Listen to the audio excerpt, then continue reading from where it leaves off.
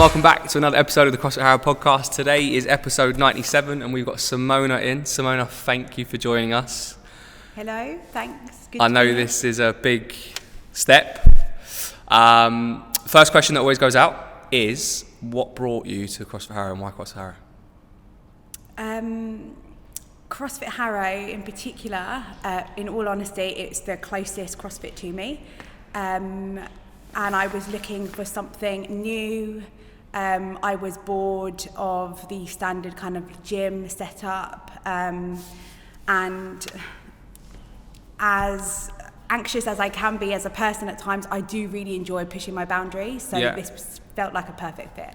What was the first step for you, like making that crossover from what you were doing to what you're doing now? Yeah, so prior to CrossFit, I was going to a normal gym sort of 3 to 4 times a week, loved HIIT circuits, free weight sessions, nothing like the weights here, very small.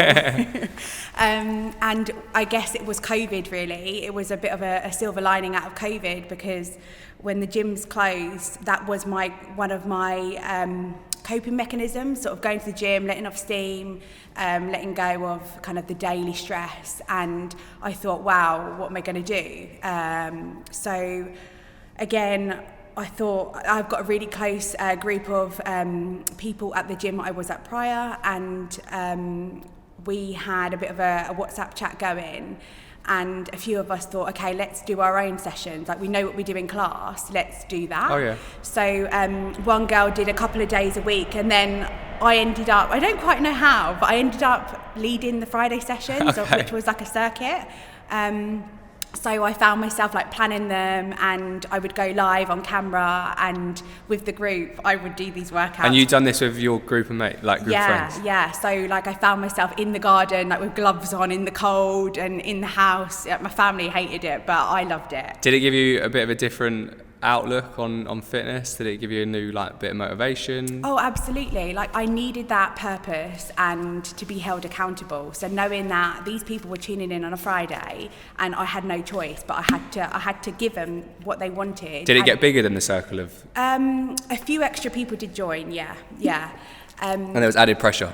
Yeah, but I actually started to love it. Like, I was like, the more the merrier. Like, if I can help anyone else, like, join in, feel free. So that happened, and then again I sort of plateaued, and I was a bit like, okay, I never thought I would ever do this, and I've done it. What's next? What else? I need something bigger. I need something new. So and here different. I am. Yeah. And then what about sport through school? Were you a sporty child? No. So I say no. I remember not hating PE, but I was never good at it, really. Okay. I was sort of, I kind of coasted, average, just, taking part? Yeah, taking part. I said to the coach, I don't think I ever climbed a rope. I think I may have helped set them up, but I never actually got to go on the ropes. Like, I was that child. Okay. And so I did actually swim. I swam competitively as a child. It almost feels like another lifetime, so I tend to sort of forget about that sometimes. But what age group did you do it up until? I think I must have started about 5, 6 and gone up to about 12. Okay. And I was competing like with different boroughs, lots of different galas. So mainly through school? No, it was a private swimming club. So that kind of took over life a little bit, and I missed lots of birthdays and family events for it. And I did do really well. And as we go on, I'm sure we'll talk about, I was part of an Italian school, and I competed with different Italian schools across the boroughs as well. Do you know what I think? Like, is that the games thing that they used? I've done that as well. That was a long time ago. Was it Coptal? Was it at Coptal? Yeah, well, I didn't go to Coptal. I went to Bannister Sports Centre. Okay. I didn't even know there was more than, they done more than that. I just thought it was Coptal. Yeah. So I went all over and swam. And why did you stop? The swimming part? Yeah, so I didn't really grow up with anyone particularly sporty around me, so I was the first in my family, and a lot of my friends were doing different things. So they were dancing, they were going to different, activities and clubs, and I missed that, and I really wanted to do it. I also hated the smell of chlorine, and I just wanted something new, and I probably could have gone on to be quite good. Have you gone back to do swimming, like in between now and then? I had a period where I would swim, lane swimming, like just constant for a good hour. But again, I think I'm over it. I enjoy leisurely swimming, and I love swimming in the sea, but not to compete. Yeah. No. So through school, kind of involved in the sports, but not so much. But there, left school, and what did you have an idea at 16? Kind of what route you wanted to take, what path? Or was it more after college or uni? Is that the route that you took? So my life has kind of fallen in front of me, and when I left school, I was interested in drama and acting. I did a little bit of performing arts as a child, and I loved that. So I didn't actually go to university. I was planning to, but I think I thought about, if I go to university and I do that, what's going to come out of the other end? It's very competitive. It's good to ask yourself those questions, because naturally a lot of people will just fall into the trap of like, well, everyone else does, so I'm gonna do it, and then find out the other end actually the grass might not always be greener. Exactly. And a lot of my friends were going into teaching, and they kind of knew that they wanted to do that. Teacher, yeah. So I did toy with that idea. I thought, oh, everyone else is, maybe I should. And teachers are great, but I didn't. You've got to be a certain type of person to be a teacher, or to want to be a teacher, I think. So I didn't end up going to uni, because I knew I'd end up in debt and not use it. So I just went into I continued my Saturday work in retail whilst I had some headspace, and I actually started work as a special needs teaching assistant in a primary school. So not quite a teacher, but close, yeah. Yeah. Okay, and is that something that you have followed? Is you still doing something along those lines, or that? So yeah, in reflection, I've kind of stuck similar routes, but I think it gave me a bit of space to look at what a role a teacher has. And for me, there was so much paperwork and not enough time sort of with the kids individually, that I was like, no, I don't want to do this. And I don't know how, something came up, an opportunity, I think for my sister, actually, I was looking at, for speech and language therapy work with young children. But you needed to have experience of working with children, and she didn't have that. So I thought, you did. Let me do it, and I got it. So yeah. And there's no hatred towards her from her. No. She actually said, "Why don't you go for it?" So I did, and I guess my journey of sort of supporting people has gone on from there. Yeah. Amazing. And in all that time, you've actively been going to gyms, exploring fitness and stuff. Yeah. Has there any point in that time where you're like, it's not important to me anymore, fitness or health, or did it become more important because you were working with, whether it be less able kid or whatever it might be? So I didn't really. So after the whole swimming kind of situation, I kind of came away from sports and fitness. I guess I didn't really have time for it. I had other things I was thinking about. So I ended up, I lost my mum, and sort of the lead up to that, along with my education. What age were you? So when I lost my mum, I was 23, but she had been unwell. In total, it was about 17 years, on and off. And when I left school and I went to the TA route and speech and language route, her health really started to deteriorate. So part of my reasoning for also not going to university was that there was stuff that I needed to help with at home and being around. I can relate to that. Yeah, so, and those jobs allowed me to sort of dip in and be flexible around that. So I didn't really think about myself much in that time, and in hindsight I probably should have. And actually where my friends went to university, I actually lost a lot of them in that period as well. So it was very focused on me, what was going on at home. Well, I suppose that university kind of thing for people, it brings them to different groups and stuff. Obviously, we do have very similar experiences. One question that came to mind is, did you understand what was going on when you were like young? Obviously, you get to a certain point at 17, 18, even younger than that you might actually comprehend what's going on, that your parents or parent is ill. Did you understand that as you were young, like really young? Or when did it click for you that like, So my mum had cancer, and she was first diagnosed when I was about 7 or 8. I remember my parents telling us this. And I think up until I was a young adult, sort of 17, 18, I don't really remember. It feels a bit of a blur, to be honest. Same as me. Yeah, and but what I will say is my mum was always around and gave her everything into the family and myself and my sister as children. But I do feel like there was almost this black cloud that she almost knew that one day it would get her. Yeah. And she but was I suppose us growing up, I don't think you ever imagine, or the thought process of that happening doesn't really cross your mind. Well, it didn't for me anyway. Yeah. It never really crossed my mind. So it's interesting to see, someone of similar experience that actually did you really understand? I don't think I understood. And I don't think I understood till I got older, which that's what my point is getting at, is like, you knew that it was there and there was like an elephant in the room. Yeah. But you didn't really understand what the elephant in the room was.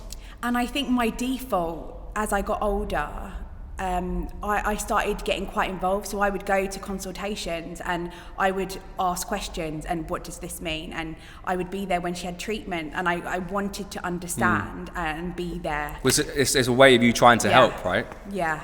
It's very fascinating. Yeah. What how did that change things for you? Like what was there a different outlook on life? Did your mindset change? Obviously, it's a big adjustment, right? That's a huge question, and we might not get to the bottom of it. and essentially, I wouldn't be who I am today if I didn't go through that experience. I almost feel, this might sound a bit odd to people, but I understand. I think I know what you're going to say. I'm grateful for that experience. As much as I would do anything to have my mum back, the journey I've been on.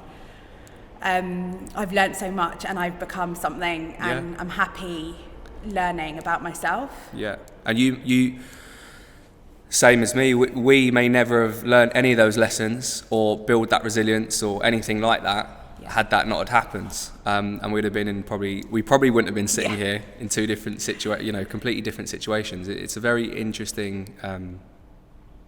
thing. So because it does affect people in obviously very different ways. Some people do have, it's all about choices, right? You can go two different ways, like one in a really bad way and one in a really positive. And I think if you can try to take the positive, like you've just said, I wouldn't say that it makes it easier, but you grow a lot more. I mean, so at the time I was living with my dad and my sister, and it was really clear that we were all on very different grieving journeys, and everyone has their own experience.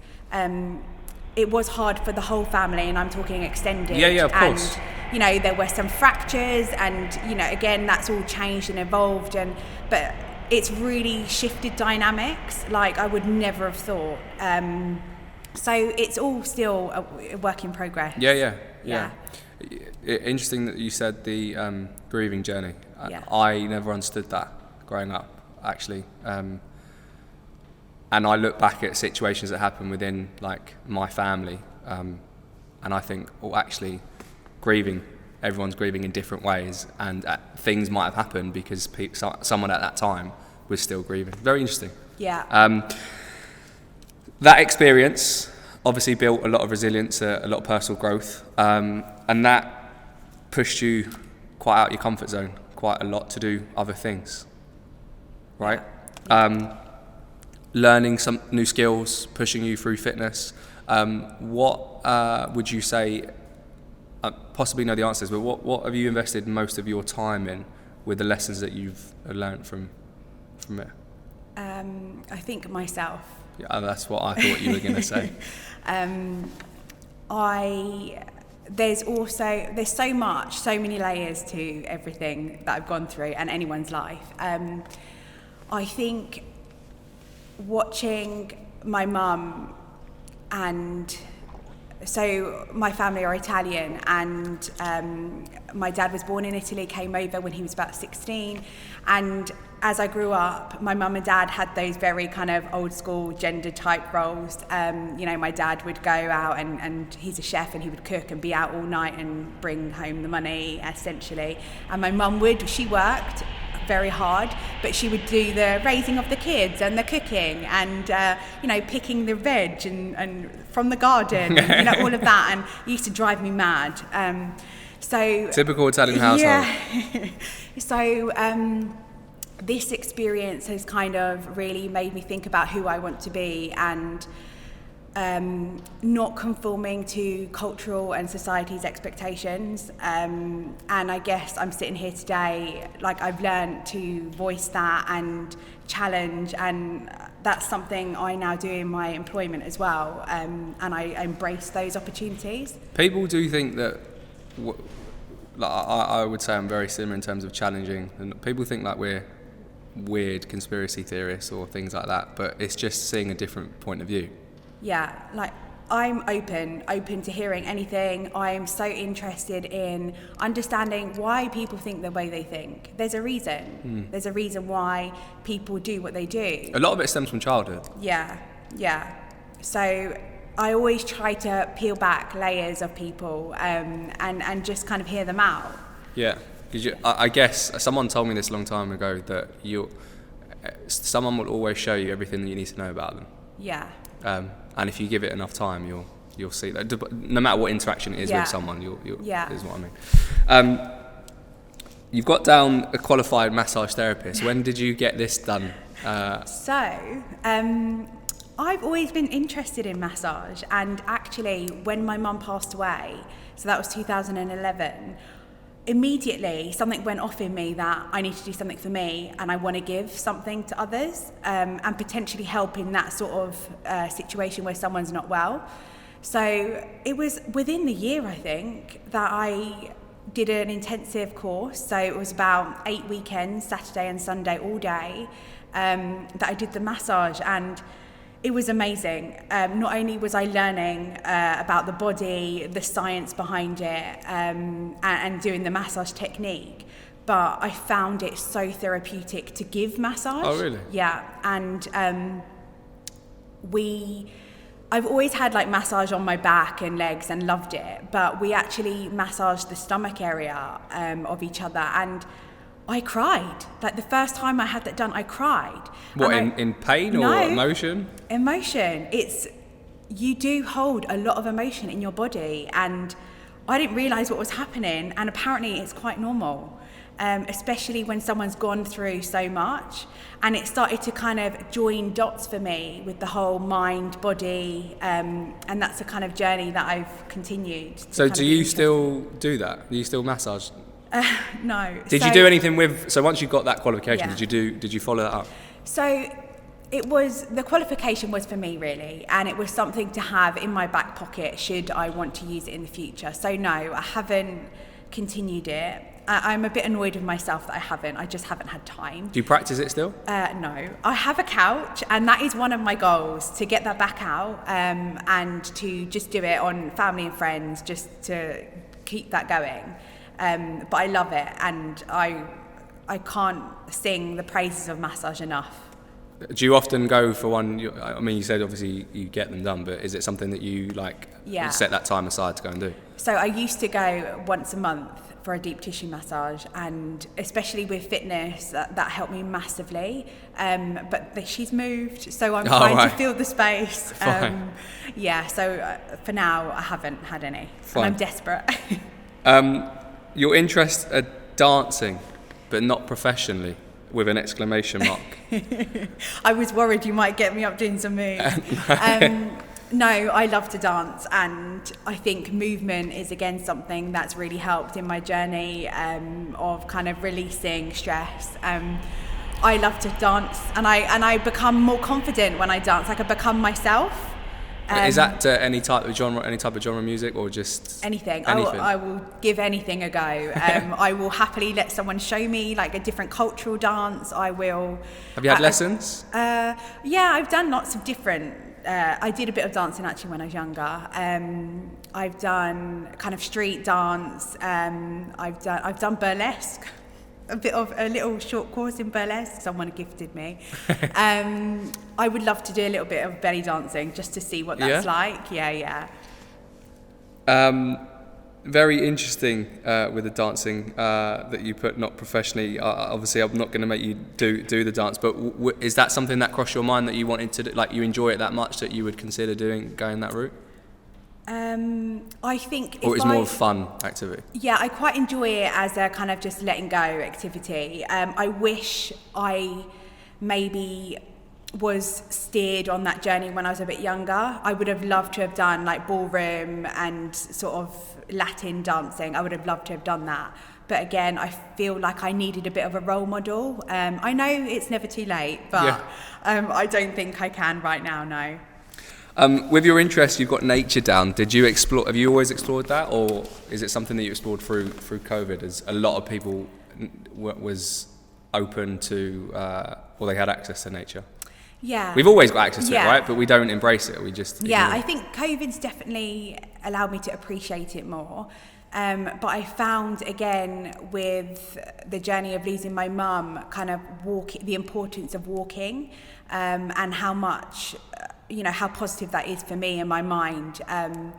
And I have always, I've tried to meditate. I really want to do meditation a lot more. And I find it really difficult. And I've noticed that walking is a form of meditation for me. And I love... You just mind wanders. Exactly. And whether that's kind of in woodlands, in trees, or by the sea, like water, really important. Yeah. They say that something to do with like the different colours of nature make you feel at ease, or grounded, something like that. Yeah. I don't know where I've seen that. How important is nutrition to you? I mean, obviously it's like the big word in health and fitness. Yeah. But is it something that you invest time into? Yeah, I try to. So I'm a big believer of kind of what you put in, you get out. And not just with fitness, anything, right? Yeah. And again, that was a bit of a journey I've been on. So as a child, I swam. I've come from an Italian family. Once I stopped the swimming, I've got lots of chefs in the family. Like food was always, there was a reason to have food. Whether you're sad, happy, excited. Brush your teeth, you combed your hair. It's always about food. You have breakfast, you think about lunch. Like, it's just too much. It's great, but it's too much. Yeah. And I did struggle a lot with my weight. So when the swimming ended and I was sort of just being young and out with my friends, I did put on quite a bit of weight. And I look back at myself as a child and I don't like what I see, so I really tried to understand my body. I have been to a nutritionist in the past. Yeah. And what did you learn from that experience? Do you know what? It was about going back to basics, really, and listening to your body. Those signs that your body gives you. You know, when are you hungry? You're not always hungry. You could be thirsty. So real basic stuff. We replace being hungry with actually dehydration. And I think I did a lot of emotional eating as well, and it's learning those triggers. And instead of sort of just eating through it, just asking myself, what do I need and why am I feeling that way? So yeah, nutrition's a big thing, especially with my fitness. I really am mindful of it, and I will try to plan, and especially with work where I'm outreach worker, I'm always on the go. It's really important that I have the right things on me. Do you find that if you don't eat good quality foods, you find that your thought process is different, your mood is different? Absolutely, yeah. Yeah, that's quite common for a lot. I think actually if someone's used to eating a certain way and then they change that and then they go back is when they notice a difference. Yeah. Sometimes you don't actually notice the change when you don't notice the difference in how you feel until you go back to that. Yeah. So travel. Yeah. Traveling or travel around the country or travel around the world? So I love to go to new places and learn new things. Again, given my journey so far in life, I haven't had loads of time. And I would have loved to have been one of those people that said, oh, I just got up and took my bag and went around the world and it was insane and amazing.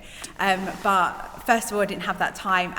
And actually, I'm quite an organised person, and it would take a lot for me just to take one bag and just book a ticket and go. Like, I would love to do that, but I kind of need to know what's going to happen. So most of my travelling has been around Europe. As a family, we had a 60th, so we did take my dad on a cruise and saw sort of Singapore, a bit of Vietnam, a bit of Thailand. Well, we saw the shore. We weren't able to dock there because of the sea was so bad. But I have got hopes to kind of go further afield. Yes. Did you feel that when you were younger, or I suppose when you look back now, did you feel like you wanted to travel when you were younger, but maybe felt like you were too attached to home or couldn't because of your responsibilities, or felt like you had those responsibilities? Yeah, 100%. And it didn't even come into, so my family are Italian, and a lot of the summers were spent in Italy, which again, I'm so grateful. It's been amazing, and to have a place there. But also, do you not feel that that's because that's what they done, right? So, they wouldn't have probably gone outside of Europe, at most Europe, but they probably wouldn't have gone outside of Italy. So naturally, you would go there. Yeah, so it's history repeating. Yeah. So I haven't even explored a lot of Italy, which. Well, you normally go back to wherever the village is. Yeah. So again, I am desperate to kind of explore there as well. And just get further afield, really. Any particular places in the world that you'd like to tick off and be like, that's where I would like to go? Yeah, definitely South America. Just go all over. Big dance culture there. Oh yeah, exactly. I'd like to go to Brazil Carnival. I would like to go to Thailand and that side of the world. I have a friend in India who, again, I would love to go to. So I have, You've got your places that you'd want to go. Yeah. What would it take for you to do the get up and go business? A lot. I don't know. I think I'm getting better at doing that kind of stuff. You just like you've got things done in set ways, and is that what you're saying? You like that? Yeah, and I think I've had to. That's the only way I've been able to go through what I've gone through and survive. Yeah. So it will now take a lot to break that away from me. But I'm up for the challenge. It's controlling the controllables. Yeah, exactly. Is there anywhere that you visited and been like, I probably wouldn't go back there again? Or you've had a pleasant experience so far? That I wouldn't go back. Or you've done it and that's it, it's done. It didn't catch you. Maybe people are going to be like, what? Maybe Croatia. Oh, really? I really enjoyed it. It felt a bit of a mesh of different cultures, and maybe I didn't go. To be fair, I only went to Dubrovnik, and I needed to go to different places. Is that where they filmed the? I think so. The Game of Thrones, but that's what I think's drawn a lot of people to Croatia. Yeah, I'm going to come back to food. I didn't really understand the food. Again, it was a mesh of different cultures. What is the food? Do you remember? It was quite Italian inspired, but maybe with a little bit of Arabic-y as well. And I just felt pasta and a lamb. I think I prefer my pasta. Pasta and a lamb sheesh all combined. I'm so sorry if I offended That's anyone. interesting because I do think Croatia has blown up in the last like 2 to 5 years more than ever. Like I've never heard anyone talk about, I'm going to Croatia. Yeah. And I think it was the Game of Thrones that attracted people there. And again, I totally respect that I may have needed to do more when I went there. I really do. The views though are supposed to be it is amazing. It's beautiful, but again, I found it's quite similar to other places in Europe, like Greece and Italy. You know, I'm quite used to seeing that. Yeah. So for me, I need something new, a different culture. Yeah. Yeah. Okay. Let's talk about like some of the goals that you're looking to achieve or have set. Was anything when what was it particularly that you set yourself? I think you've set quite a few, but that you set yourself when you first came here. What was that biggest goal for you then? To CrossFit? Yeah. To attend and to keep coming back. Well, I think if I remember, it was genuinely the whole thought process of trying something new, completely different to what you're used to. Yeah. Which you can tick off and say that you've accomplished. Oh, totally. I remember approaching and thinking, oh my gosh, am I actually doing this? And then I arrived here and I looked around and I thought, this is very intimidating. And I remember saying that to you. I think I said it's something like 50 Shades of Grey. Yeah, like, because of all the bars and stuff. Yeah. Yeah. You're not the first to have said that either. Yeah. I'm sure you won't be the last. So consistency and just showing up was a big goal for me, and yes, I've achieved that. I did the throwdown at Christmas, which again was a huge thing, coming out of my comfort zone, and I won.